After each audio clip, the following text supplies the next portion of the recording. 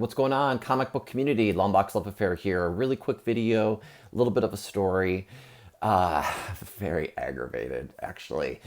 So yesterday I went to Third Eye Comics in Annapolis, and Third Eye Comics is a Maryland comic book chain, about four or so stores. Great selection. They have some great sales throughout the year. So they were having a dollar bin slamboree. So you could come and hunt through the dollar bins. I've had some good success in the past. And I'm pretty sure I lost my wedding ring in those dollar bin boxes or somewhere around there. So it was outside, it was cold and damp, but it was under an awning. And I noticed as I was hunting through these boxes that my ring was loose. And it slid off at one point and I put it back on. That should have been when I put it in my pocket, but I didn't. This has never happened before. I was like, okay, I noticed then, so if I noticed it again, I'd be able to fix it. I didn't notice again. Did my duty. I drove the 40 so minutes home, took the dog out for a walk, and as I'm walking, I noticed my ring is gone. I thought maybe I lost it on the dog walk with the leash wrapped around my hand. I couldn't find it anywhere on the street. I walked that street two or three times. So my wedding ring is officially missing. Luckily, it's insured, and I did call up the comic store. They had sent someone out to look for it, and they have my information if it does pop up. Part of me wonders if it fell into like the grates, or they had pallets there, and they had empty boxes, and they had a lot of different things going on. So it may have fallen. Maybe it's in the long boxes. I did take a second trip up, so round trip I was for two trips up there. I was in 3 hours in the car yesterday, and I just later in the day looked through the boxes again, front and back, just to see if it had fallen in the front or the back of the boxes. I might call them again and see if I could look through the boxes in the back storage area, because I'm sure the sale's not going on today, and see if I can find it. So that's my sob story. I'm aggravated. I am upset. It's okay at home. It is insured. I can talk with the jewelry designer, and I have the specifications of this ring, so I can get it redone. But anyone who has lost a sentimental item knows what this feels like. And wedding rings often, not often, but I've had this ring for over 7 years and it's never done this. And anyone knows that if you've lost your wedding ring, how aggravating that can be. So let me shield the books. These books are by no means worth the aggravation. I should have just stayed home than had this aggravation. But I found some decent books. So that's the purpose of this channel. That's what I'm doing. But that's the backstory of these books. That's probably why I am a little bit more sedate right now. So one of the books I picked up I thought was more of a spec find. It's probably less of a spec find now that I researched it, but everything was $1. I spent $16. Nth Man 13. It has the female Silver Surfer prototype on the cover. It's not her first appearance, and I think there's some controversy of whether this is a viable spec book or not. The one before it, I thought this was that book. It's not, but hey, it was only $1. I've never picked up any Nth Man, but I'll just throw it in the spec book and box and see what happens.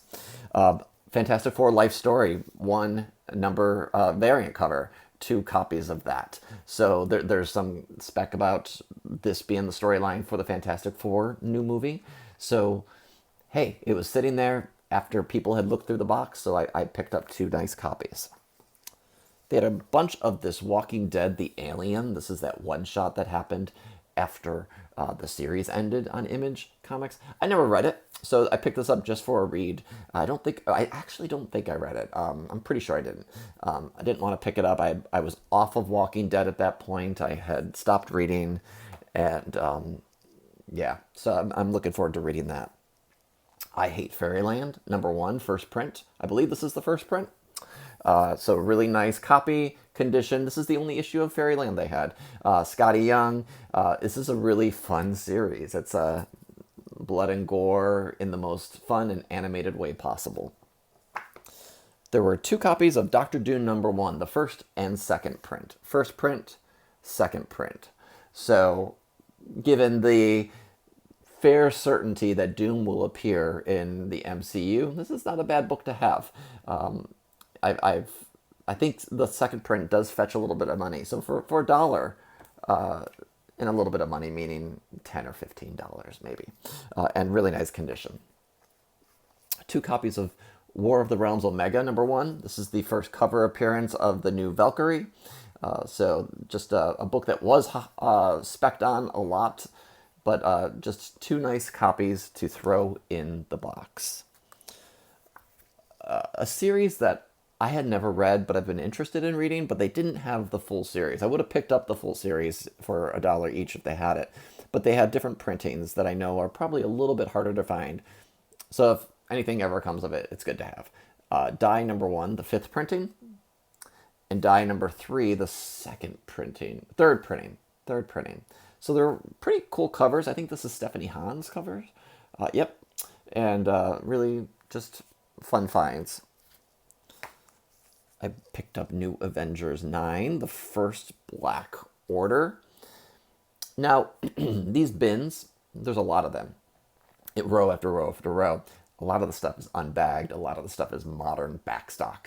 So my strategy was to focus less on the unbagged, and if it was unbagged, looking for the older type of books from the top level, and then see what I could find. So, and anything that was bagged and maybe looked like it wasn't uniformly bagged, I looked through, because those are back issues. Those are the issues that you never know what you'll find.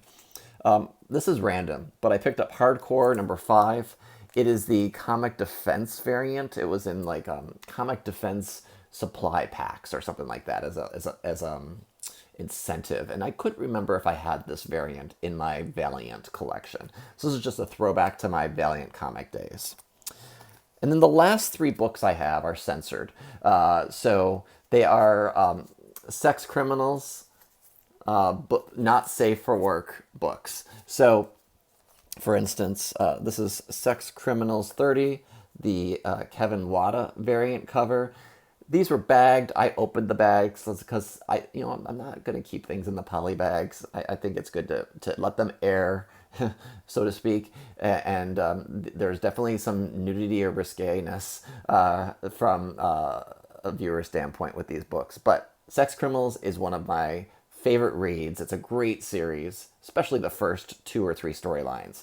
So I enjoyed collecting the pink polybag variants. This one is the Vanessa Del Rey XXX cover. Not safe for work. NSFFAOMG is how they say it. I didn't put a post-it because I couldn't find the imagery that would be risque on here. But I'm sure there is something that can be insinuated from this beautiful, beautiful painted cover. And then the last book, it's a hot cover, Sex Criminals 27. So we got a little dominatrix action going. The artist is Aud Koch, I think is how you say it. AUDKOCH. And this is issue number 27. So there's a whole series of these NS Not Safe for Work variant covers that they put in these polybags. Scotty Young did one. I have one from Scotty. A bunch of other ones. So those are fun to find in the wild when you can. So I was excited to find those. So that's my haul. I may go back to see if I can find that wedding ring in the boxes and just pull up every book in those long boxes that is left. It was hard to do that when there's people hunting through them, and maybe the books are still on the premises, and maybe they'll let me do that.